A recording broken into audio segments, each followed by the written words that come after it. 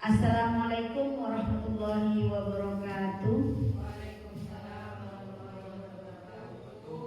Bapak Ibu, saya akan mengimplementasikan pembelajaran mendalam yang sebelum kita mempelajari pembelajaran mendalam, kita belajar tentang mindset dulu. Mindset itu Bapak Ibu adalah pola pikir.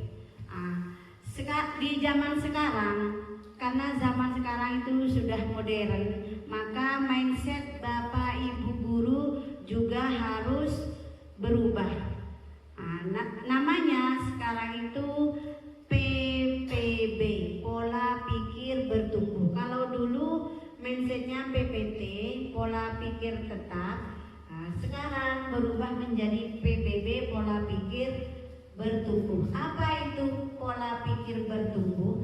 Artinya guru itu mengikuti perkembangan zaman.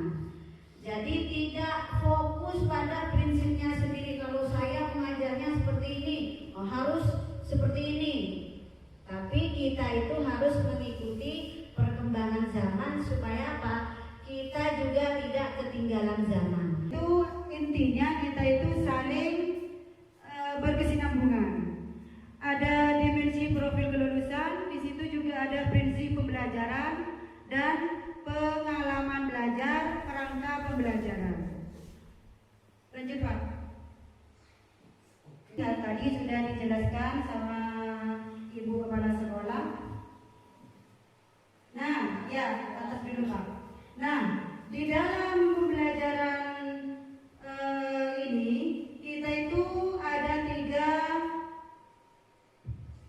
tiga prinsip, yaitu ada yang pertama Pak, ada olah pikir atau intelektual, di mana olah pikir itu adalah proses pendidikan yang berfokus pada pengasahan akal budi dan kemampuan kognitif, seperti kemampuan untuk memahami, menganalisa dan memecahkan masalah. Dengan demikian, olah pikir akan membuahkan kecerdasan intelek, nalar kritis dan nalar penyelesaian masalah untuk menghasilkan pengetahuan dan penalaran. Misalkan ada salah satu di antara siswa kita itu ada masalah, berarti kita itu jangan langsung kita yang mencarikan solusinya. Kita itu tanyakan dulu masalahnya apa. Misalkan anak yang terlambat, yang selalu sering datang terlambat ke sekolah, kita tanyakan apa masalahnya. Terus bila masalahnya itu anak sering tidur terlalu malam, kita tanyakan kepadanya, gimana supaya kamu besok datang ke sekolah itu tidak terlambat. Intinya anak bisa menjawab dengan alasan tidurnya jangan terlalu malam. Itu anak sendiri ya Bapak Ibu ya. Terus yang kedua, ini olah hati atau etika. Di dalam olah hati ini adalah proses pendidikan untuk mengasah kepekaan batin, membentuk budi pekerti, serta menanamkan nilai-nilai moral dan spiritual. Olah hati itu berfokus pada pengembangan aspek emosional, etika dan spiritual peserta didik sehingga mereka mampu memahami perasaan, memilih empati dan menjalankan kehidupan dengan berdasarkan kebenaran, kejujuran dan kebajikan melalui olah hati. Nah, peserta didik di sini diarahkan untuk yaitu misalkan mengenal dan memahami nilai-nilai kebaikan. Bagaimana caranya? Ya kita harus memberikan pengertian kepada anak didik kita. Terus yang kedua yaitu B, membentuk kesadaran diri akan tanggung jawab moral, bisa atau estetika. Perlu Bapak Ibu ketahui kalau olah rasa itu adalah proses pendidikan yang bertujuan untuk mengembangkan kepekaan estetika, empati dan kemampuan menghargai keindahan serta hubungan antar manusia. Nah, peserta didik diajar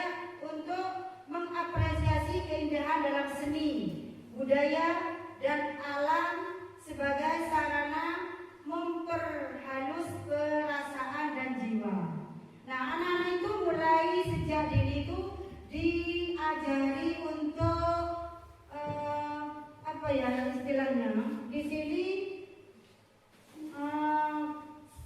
sebagai sarana memperhalus perasaan dan jiwa. Jangan sampai anak itu yang mempunyai hati yang kasar atau berbicara kasar, jangan sampai dibiarkan Bapak Ibu ya.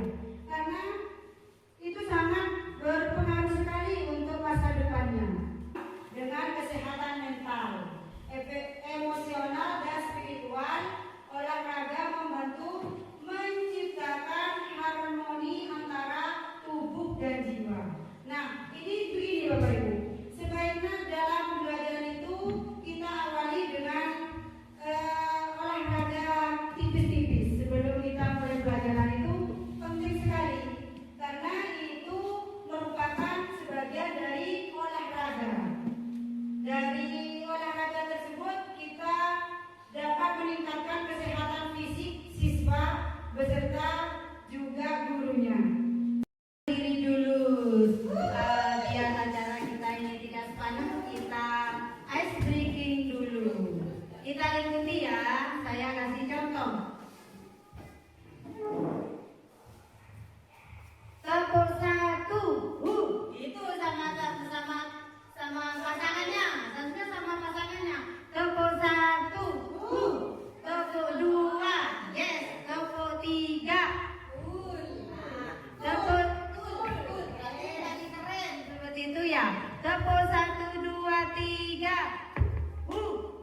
yes, gitu ya. Coba semuanya. Tepuk satu, tepuk dulu Pak. Tepuk satu, tepuk dua, yes, tepuk tiga, tepuk satu, dua, tiga, yes, kita coba sekali lagi. Tepuk satu, tepuk dua, yes, tepuk tiga, tepuk satu, dua, tiga, yes. Bagus, terima kasih. Sekarang saya akan membacakan lanjutan dari Ibu Yuli. Pengalaman belajar dalam pembelajaran mendalam dimulai pada aspek memahami yang relevan dengan taksonomi Solo. Pada tahapan unistruktural dan multistruktural dan mengingat dan memahami pada taksonomi Bloom. Pada tahap memahami ini, peserta didik akan mengingat kembali pengetahuannya dan memiliki banyak ide. Selanjutnya pada aspek mengaplikasi dan merefleksi dimulai pada aspek relasional dan berpikir abstrak yang mendalam pada taksonomi Solo dan menerapkan, menganalisis, mencipta dan mengevaluasi pada taksonomi Bloom, sehingga peserta didik memiliki kemampuan untuk menghubungkan ide-ide serta memperluas dan menerapkan ide tersebut. Pengalaman pembelajaran mendalam diciptakan melalui proses memahami, mengaplikasi dan merefleksi yang digambarkan dan diuraikan sebagai berikut. Pertama, merefleksi, regulasi diri, kemudian memahami, pengetahuan esensial, pengetahuan aplikasi, pengetahuan nilai dan karakter. Mengaplikasikannya yaitu pendalaman pengetahuan. Lanjut Pak. Memahami, yang pertama yaitu memahami, mengetahui dalam pendekatan pembelajaran mendalam adalah fase awal pembelajaran yang bertujuan membangun kesadaran peserta didik terhadap tujuan pembelajaran. Mendorong peserta didik untuk aktif mengkonstruksi pengetahuan agar peserta didik dapat memahami secara mendalam konsep atau materi dari berbagai sumber dan konteks. Jenis pengetahuan pada fase ini terdiri dari pengetahuan esensial, pengetahuan aplikasi, pengetahuan nilai dan karakter. Guru memberikan pengetahuan yang esensial dan diaplikasikan dalam berbagai konteks. Lanjut Pak. Mengaplikasikan, ya yang kedua mengaplikasikan mengaplikasikan merupakan pengalaman belajar yang menunjukkan aktivitas peserta didik mengaplikasikan pengetahuan secara kontekstual. Pengetahuan yang diperoleh peserta didik pada tahapan memahami diaplikasikan sebagai proses perluasan pengetahuan baik secara individu maupun kolaboratif. Guru menghadirkan isu atau masalah dalam konteks lokal, nasional atau global, atau di dalam dunia profesional. Pendekatan multidisiplin dan interdisiplin antar materi pelajaran berperan penting pada tahapan ini. Pada tahap ini, peserta didik membangun solusi kreatif dan inovatif dalam pemecahan masalah konkret. Pak? Yang terakhir yaitu merefleksi, merupakan proses saat peserta didik mengevaluasi dan memaknai proses serta hasil dari tindakan atau praktik nyata yang telah mereka lakukan. Refleksi ini bertujuan untuk memahami sejauh mana tujuan pembelajaran tercapai, serta mengeksplorasi kekuatan, tantangan, dan area yang perlu diperbaiki. Tahap refleksi ini melibatkan regulasi diri sebagai kemampuan individu untuk mengelola proses belajarnya secara mandiri, meliputi perencanaan, pelaksanaan. Mungkin dari sekian pemaparan tadi ada yang mau bertanya, Ibu Wali kelas 5? Pertanyaannya tentang peserta didik. Peserta didik kalau di sekolah bukan masalah pelajaran yang dihadapi, tapi tentang permainan. Anak-anak sering sekali meskipun diajari tetap bermain, meskipun di dalam pelajarannya. Intinya murid itu bermain pada saat jam pelajaran, seperti itu ya Ibu. Baik, begini Bapak Ibu, untuk menyikapi sikap siswa yang seperti itu, barangkali kita koreksi dulu ya. Bagaimana pembelajaran di dalam kelas itu, apakah sudah menyenangkan atau belum? Mungkin anak bermain itu karena dalam proses belajar mengajar kurang menyenangkan, sehingga anak itu bosan mencari kesenangan sendiri. Nah, kalau menurut saya, gimana kalau seandainya anak dibuat senang dalam belajar dengan cara guru itu harus pintar-pintar menyiasati di dalam kelas. Jangan sampai guru itu diam saja seperti itu. Jangan, nggak boleh itu. Guru itu tugasnya mencari ide supaya murid itu betah. Dengan cara misalkan pembelajarannya yang menarik, misalkan dengan menggunakan alat bantu seperti menyalakan LCD atau proyektor di dalam kelas, sehingga murid itu tidak bosan. Nah, misalkan anak masih tetap, berarti anak itu mungkin punya masalah, apa tidak paham dengan materi itu atau tidak mengerti. Nah, kita wajib mencari tahu apa masalahnya kok sampai seperti itu gitu. Mungkin ada tambahan dari Ibu Kepala Sekolah? Terima kasih. Anak yang suka bermain Bu ya. Kalau anak yang suka bermain di dalam kelas,